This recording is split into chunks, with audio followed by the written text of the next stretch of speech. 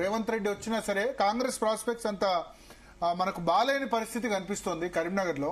కరీంనగర్ కేంద్ర మంత్రి బండి సంజయ్ ఉన్నారు కాబట్టి బీజేపీకి అడ్వాంటేజా లేదంటే గ్రౌండ్ లెవెల్లో? డెఫినెట్ గా అడ్వాంటేజ్ అవుతుంది. బండి సంజయ్ హవా అక్కడ మనకు కనిపిస్తోంది. బండి సంజయ్ ఒంటి చేత్తో తీసుకెళ్తున్నారు భారతీయ జనతా పార్టీని. లాస్ట్ టైం ఆయన ఎంపీగా గెలిచి రాష్ట్ర అధ్యక్షుడు అవుతున్న క్రమంలో, రాష్ట్ర అధ్యక్షుడు అవుతున్న సమయంలోనే బహుశా 2020 జనవరిలో జరిగింది. అప్పటికి ఇంకా రాష్ట్ర అధ్యక్షుడు కాలేదు. కానప్పటికీ ఆయన 13 కౌన్సిలర్ సీట్లు 13 డివిజన్లో గెలిపించుకున్నారు తమ అభ్యర్థుల్ని. సో లాస్ట్ టైం కాంగ్రెస్ కు 0 అంటే మీరు ఆలోచించండి, 0.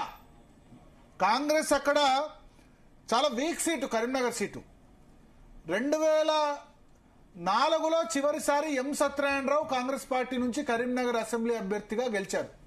ఇప్పుడు ఈ 21-22 సంవత్సరాల్లో అసలు కరీంనగర్ నుంచి ఏమంటారు కాంగ్రెస్ పార్టీకి అసలు రిప్రజెంటేషనే లేకుండా పోయింది, మొత్తం 0. 2004 తర్వాత ఎంఎస్ఆర్ గెలిచిన తర్వాత 2009 ఓడిపోయింది కాంగ్రెస్, 14 ఓడిపోయింది, 19 ఓడిపోయింది, 24 ఓడిపోయింది. 2009 పార్లమెంట్ ఎలక్షన్ లో మాత్రం పొన్నం ప్రభాకర్ గెలిచారు ఎంపీగా. బట్ అక్కడ ఇప్పుడు ఎంపీ గెలవట్లా, ఎమ్మెల్యే గెలవట్లా. సో కరీంనగర్ ఒక విధంగా కాంగ్రెస్ పార్టీకి చాలా వీక్ లింక్. కరీంనగర్ అర్బన్ అన్నది మనం అనుకోవాల్సి ఉంటుంది. అంతకుముందు నిజానికి చొక్కారావు చాలాసార్లు ఎంపీగా గెలిచారు.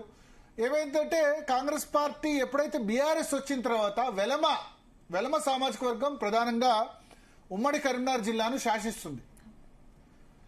వెలమ సామాజిక వర్గం ఎప్పుడైతే టీఆర్ఎస్ పార్టీ స్టార్ట్ అయిన తర్వాత కాంగ్రెస్ నుంచి, అంతకుముందు కాంగ్రెస్ టీడీపీ ఉన్నప్పుడు వెలమ సామాజిక వర్గం కాంగ్రెస్ వైపు ఉండే, కానీ ఎప్పుడైతే వెలమ సామాజిక వర్గం టీఆర్ఎస్ పెట్టిన తర్వాత అటువైపు టర్న్ అయిందో, ముఖ్యంగా కరీంనగర్ కేంద్రంలో ఆ ఉమ్మడి జిల్లా కేంద్రంలో ఉన్న వెలమలంతా కూడా షిఫ్ట్ అయ్యి కరీంనగర్ లో ప్రధాన నివాసం ఏర్పరచుకున్నారు. ఎందుకంటే వెలమల సంఖ్య చాలా తక్కువ, మొత్తం కలిపి రాష్ట్రంలో వెలమ జనాభా 2 లక్షలు ఉండొచ్చు, కానీ ఎమ్మెల్యేలు మీరు ఒక బీఆర్ఎస్ పార్టీలోనే దాదాపు 10 మంది ఎమ్మెల్యేలు ఉన్న పరిస్థితి ఉండే గతంలో. కాంగ్రెస్ పార్టీలో కూడా 7. It's dominant community. సో ఎప్పుడైతే కరీంనగర్ లో ఎందుకు కాంగ్రెస్ పార్టీ వీక్ అయిందంటే వెలమ సంబంధించిన వ్యక్తులకి వాళ్ళు టికెట్ ఇచ్చినా సరే ఆ ఓటు బ్యాంకు బీఆర్ఎస్ షిఫ్ట్ అయింది. 2009 అయినా, 14 అయినా, 19 ఇన్ఫాక్ట్ 3 సార్లు కూడా వెలమ సామాజిక వర్గానికి కాంగ్రెస్ పార్టీ టికెట్ ఇచ్చింది.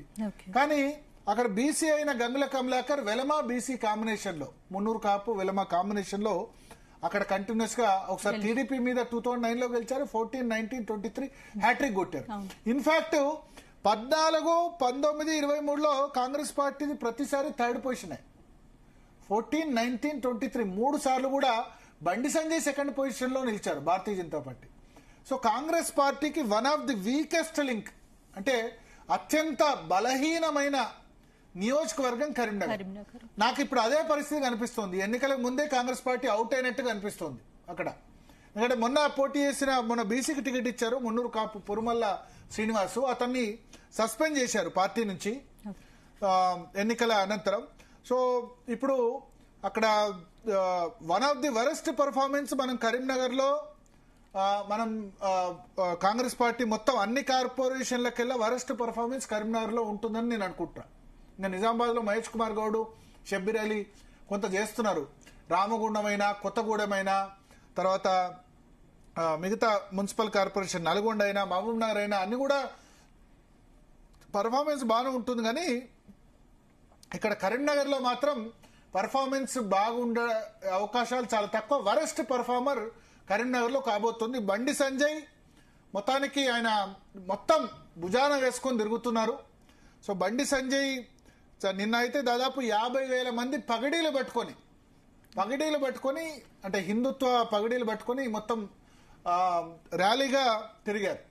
సో దట్ షోస్ ఏంటంటే ఇంకా బండి సంజయ్ ప్రధానంగా కాంగ్రెస్ కంటే ఎక్కువ ఎంఐఎంను టార్గెట్ చేస్తున్నారు. ఇక్కడ గెలిస్తే ఎంఐఎం మేయర్ అవుతాడు, ఆకుపచ్చ జెండా నేను ఉండనివ్వను, కరీంనగర్లో ఉండనివ్వను అని చెప్తూ, నాకు ముస్లింలు అంటే కోపం లేదు కానీ ఎంఐఎం అంటే కోపం, ఓఐసీ అంటే కోపం, 3 తలాక్ చేశారు కాబట్టి ముస్లిం మహిళలు ఓటేయాలి, ఇట్లా బండి సంజయ్ మాట్లాడుతున్న పరిస్థితి మనకు కనిపిస్తుంది. సో ఓవరాల్ గా చూసుకుంటే ఈ కరీంనగర్ పార్లమెంట్ సెగ్మెంట్ వైజ్ గనక చూసుకుంటే కరీంనగర్ పార్లమెంట్ లో కరీంనగర్ మున్సిపల్ కార్పొరేషన్ అయితే ప్రజెంట్ బీజేపీకి చాలా చాలా చాలా అడ్వాంటేజ్ ఉన్న పరిస్థితి మనకు చాలా క్లియర్ గా. బీజేపీ నెంబర్ 1 అనుకోవచ్చా? బీజేపీ బీఆర్ఎస్ కి టఫ్ బీజేపీ డెఫినెట్ గా నెంబర్ 1 పొజిషన్ లో ఉంటుంది. సింగిల్ లార్జెస్ట్ పార్టీ బీజేపీ ఉంటుంది.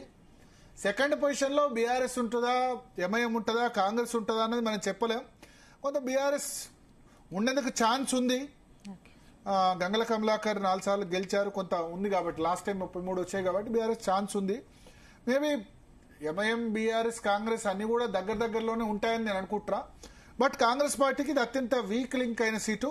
సో కరీంనగర్ గడ్డ మీద ఎక్కువ మనకు కాషాయ జెండా రెపరెపలాడేందుకు ఎక్కువ అవకాశాలు